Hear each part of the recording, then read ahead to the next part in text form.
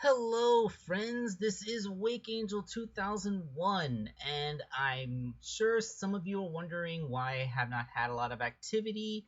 That is because I was making two custom figures that are, for now, to be kept secret. By Commissioner's request, they will only be revealed after he has presented them as gifts to his friends. So, just for the record, I am still working on toys and have made some, but it's just they've been incognito for now. But that's not what this video is about. This video is going to be about the official toy line, which is currently being made by Jakks Pacific. With the third wave beginning to hit stores, I figured I'd like to chip in my 2 cents on what direction I'd like to see the line go in for the long run. Ultimately, I'd like to see them surpass the previously most successful toy line, which was made by Jazzwares. For the record, they had 38 unique characters in the 3-inch line alone, and there were 5 more that were exclusive to the 5-inch scale. But, don't forget, that took years for them to build up, so, don't think that the Jakks Pacific line's falling behind. It's less than a year old, and it's already in the third wave, so they're doing pretty good. Alright, so for the first 2 waves, they gave us 7 unique characters, and I'm including the Chow figure from the 2.5-inch line. And wave 3 will have the first ever proper Mighty figure, so if I were to continue on from wave 4 on, what would I prioritize? Now I have emailed Jakks about this, and they did say that they would be responding to some fan demand. And a friend of mine said that when he emailed them, they replied that they were only going to be, or not, maybe not to a personal email to a fan, but in an interview, they said that they were only going to be making relevant characters in the figures. But that doesn't really mean anything. I mean, in context, what is relevant? Does that mean the characters that are more popular? Does it mean the characters that have been in video games most recently? Depending on how you define that, it could mean that Tangle and Whisper would be up next. They were recently added into Sonic Forces Speed Battle, meaning that they're new characters introduced into a recent game. Or hell, you could even say that the Sonic Boomcast could be in this toy line, because the cartoon was the most notable media aside from the games themselves for the past few years. So, yeah, they're definitely relevant. Or maybe they're not relevant because the cartoons ended, even though it was fairly recent. So you see how vague words are open to interpretation, and you can't just say relevant as if that means anything? So, if I were in charge, what would be my first steps? Well, my highest priority, of course, is going to be completing the original iconic cast. Yeah, like, if you're making a toy line for the Avengers, you need to have Captain America, Thor, Iron Man, and Hulk in that first wave. And likewise, if you were to make a Justice League line with the DC superheroes, Batman, Superman, Wonder Woman, and the Flash would have to be up front. In Transformers, every line has to have an Optimus, a Bumblebee, a Megatron, a Starscream. In fact, I think the Siege line is the only line that hasn't given us a Bumblebee so far, which is kind of weird, but I guess that's because it had so much Bumblebee merch from the Bumblebee movie and the studio series that they were afraid of fatigue. But in like 99% of all Transformers, you gotta have those 4 characters. Like, they're the main ones. So in Sonic the Hedgehog, there actually are 6 characters that come from the Genesis era and are therefore the iconic line. And Jakks Pacific has already made most of them. The only one they haven't from the original 6 would be Amy Rose. You have to remember, Amy Rose was introduced in Sonic CD, the same game that Metal Sonic was introduced in. That means that she has been part of the franchise for longer than Knuckles. Not a lot of people really give that a lot of thought, but if you were to call the Sonic toy line successful, you would need the original Genesis cast, which consists of Sonic, Knuckles, Tails, and Amy on the good guy's side, and Dr. Eggman and Metal Sonic on the bad guy's side. So if you can't make these 6 characters at a bare minimum, I won't consider the toy line successful. And yes, This means that I consider the Tomy toy line a failure because they failed to make both Eggman and Amy Rose. I mean, in the Sonic Boom toy line, they made those characters, but for the actual main line, which had the video game characters, yeah, they didn't do it. Therefore, even though they gave us the first classic Knuckles figure, I'm still going to consider that line a failure. Now, my second priority after completing the main cast would be to give us characters that haven't seen proper toys. Again, Jakks is already on this. The next wave is having a Mighty the Armadillo, and yeah, he's a little bit out of scale, but there's a whole bunch of complicated issues behind that, which I feel would be digressing too much for this video. But yeah, Mighty, aside from some minifigures, has never had a proper action figure before. So there we go. I mean, he hasn't. He was reintroduced in Sonic Mania, a wildly popular game, so I guess that makes him relevant. But you know, the point is that this is a character that never really had a toy before, despite the fact that a lot of fans like him. I know because I've made almost as many Mighty the Armadillo customs as I have, well, not quite as many as Rouge, but I would say as many as I've made Sally or Scourge. So yeah, Mighty is still super popular despite the fact that he's never had an official toy.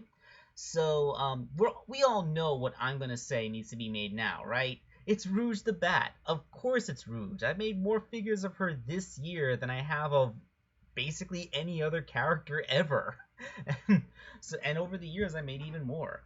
In fact, I'm already getting a couple of requests to make a 4-inch scale custom Rouge to match this line. Despite the fact that Jakks hasn't even confirmed whether or not they're going to get to her soon or not. So, yeah, we need a Rouge. And also, I want to see an E123 Omega. Omega is such a cool looking character design, and he's pretty unique for Sonic. I mean, he doesn't look like anybody else. And just to see a unique buck like him out there is just something that I like. You know, I want to see him because he's unique and interesting looking.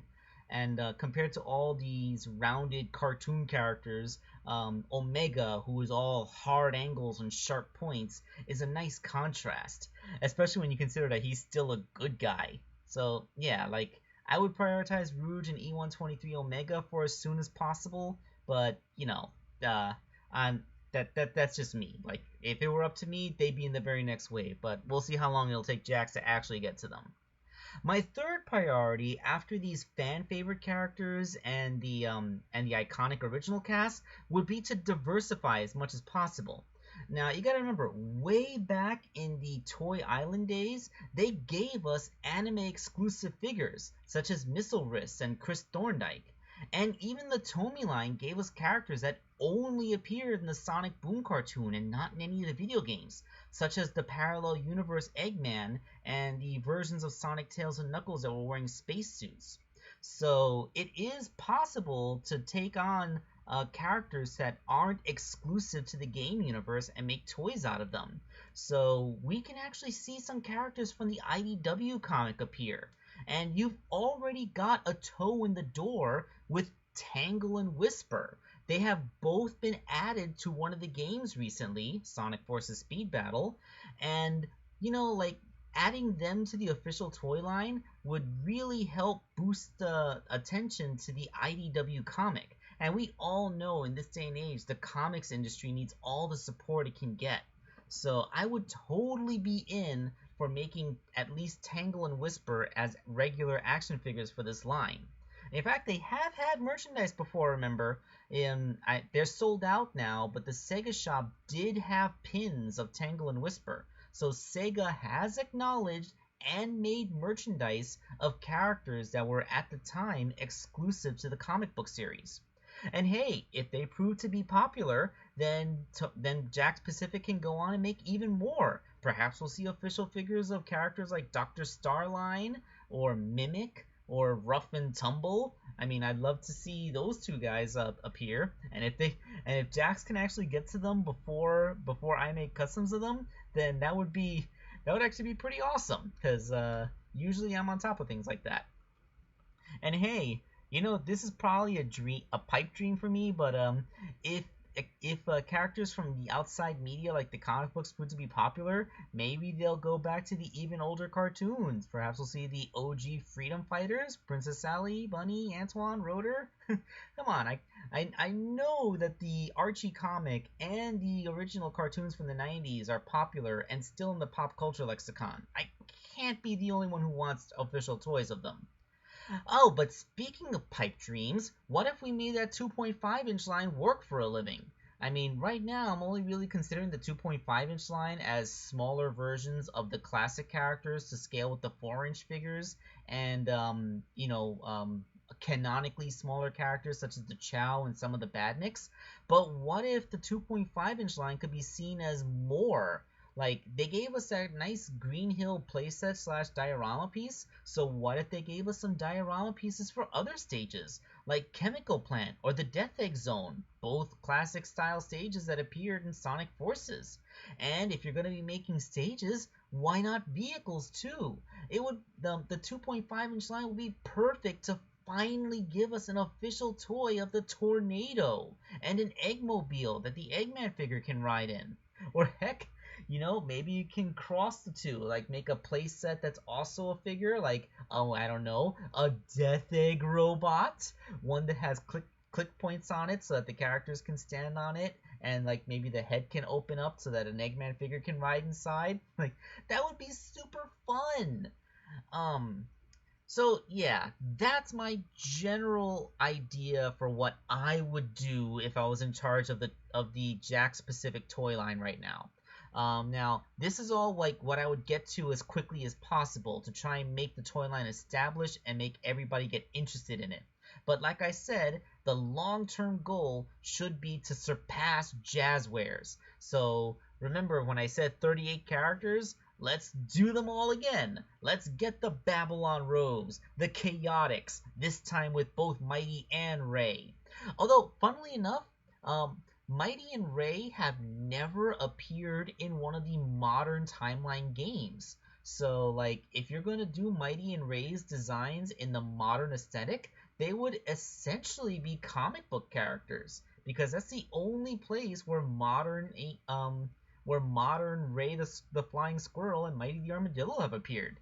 So yeah, there's your toe in the door for the Archie comic. Then you can give us a Princess Sally and all that other stuff. But yeah, like, give us all of that, all of them. Blaze the Cat, Silver the Hedgehog. Heck, like I said, you should surpass the Jazzwares line. Give us Mecha Sonic, as he appeared as the boss in the Death Egg Zone from Sonic 2, and then again as he appeared as the boss in Angel Island Zone. Not Angel Island Zone, Sky Sanct... the one from Sonic and Knuckles. You guys all know what I'm talking about. But yeah, that should be their long-term goals. But like I said, the contents of this video is mostly about the short-term goals. So that's where I'm going to leave it. This is Wakeangel2001, signing off.